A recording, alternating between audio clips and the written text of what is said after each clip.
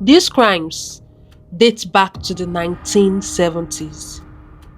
From the 1970s to the 1980s, fear and heartbreak loomed over California as a predator whose identity remained a mystery for over 4 decades terrorized communities. He was known by many names: the East Area Rapist, the original Night Stalker, and commonly the Golden State Killer. This is the police! We have you surrounded! Hi guys, welcome back to my YouTube channel. My name is Favor Godwill, and on this channel we talk about everything forensic. If you're a new subscriber, thank you very much for stopping by, and if you are a returning subscriber, thank you very much for coming back again. I am so glad to be on this journey, and you mean a whole lot to me. Please, if you haven't subscribed to this channel, take a minute to subscribe, to like, and to share this video with somebody that you love. Hit the notification bell so you do not miss any updates. Let's get right into today's story.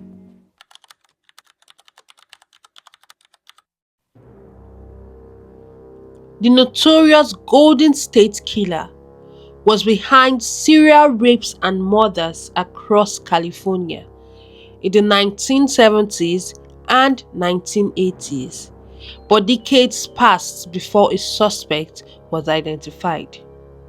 In the summer of 2018, 74-year-old former police officer James DeAngelo was arrested. He pleaded guilty to 13 counts of first-degree murder, and in August, he was confronted by his victims and their family members in court.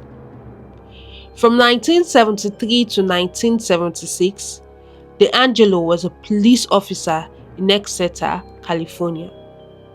According to prosecutors, on September 11, 1975, DeAngelo, while serving as a police officer, shot and killed Professor Claude Snelling in front of his daughter at his Visalia, California home.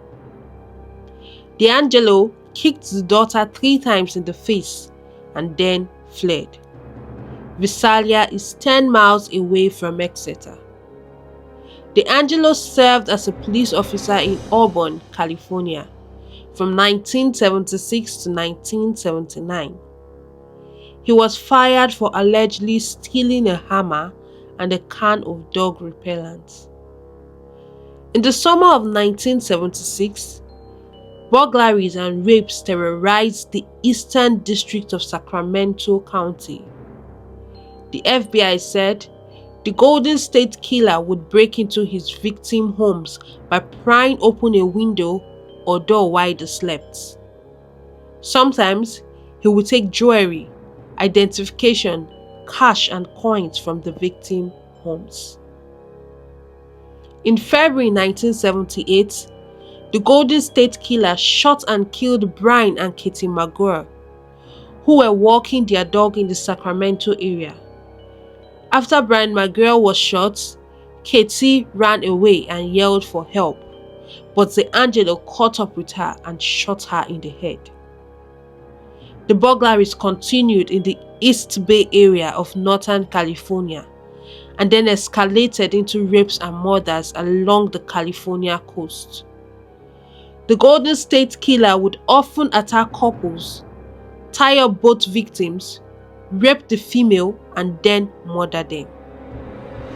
On December 30th, 1979, Deborah Manning and Robert Offerman were killed in Goleta near Santa Barbara. Lehman and Charlie Smith were murdered in their Ventura home in March 1980. According to prosecutors, Charlie Smith was bound and raped, and the couple was later found dead by Lehman Smith's 12-year-old son. In August of 1980, Keith and Patrice Harrington were slain in their home in Dana Point in Southern California. On February 5, 1981, 28-year-old Manuela Wheaton was bound, raped and bludgeoned to death while she was home alone in Irvine, Southern California. Her body was found by her mother, prosecutors said. In July 1981, Cherry Domingo and Gregory Sanchez were killed in Goleta. Sanchez was shot and then beaten to death, bludgeoned in the head 2,000 times. DeAngelo then bound Domingo, raped her, and beat her in the head more than 10 times. From July 1981 until May 1986, which was his last known crime, there were no crimes attributed to the Golden State Killer. In May 1986, 18-year-old Janelle Cruz was killed. Cruz was bound, raped, and bludgeoned in the face and head at home. The case went cold for decades until 2018, when DeAngelo's name came up for the first time in investigation in 2018. DeAngelo became the first public arrest obtained through genetic genealogy, which is a technique that takes the DNA of an unknown suspect left behind at a crime scene and identifies him or her by tracing a family tree through his or her family members who voluntarily submit their DNA to public genealogy databases. To identify DeAngelo, investigators narrowed the family tree search based on age, location, and other characteristics. When DeAngelo was pinpointed, authorities carried out a covert surveillance on him and collected his DNA from a tissue left in the trash. Investigators plugged his discarded DNA back into the genealogy database and found a match, linking DeAngelo's DNA to DNA found at crime scenes. He was arrested in April 2018 in Sacramento County. During the guilty plea, prosecutors said that after DeAngelo was taken into custody, he said to himself in an interview room, "I did all those things. I destroyed all those lives." On June 29, 2020, DeAngelo pleaded guilty to 13 counts of first-degree murder. The plea deal also required DeAngelo to admit to multiple uncharged acts, including rapes, which were described in horrific detail. From August 18, 2020 to August 20, 2020, DeAngelo was confronted in court by rape survivors, their relatives, and the relatives of those he had killed.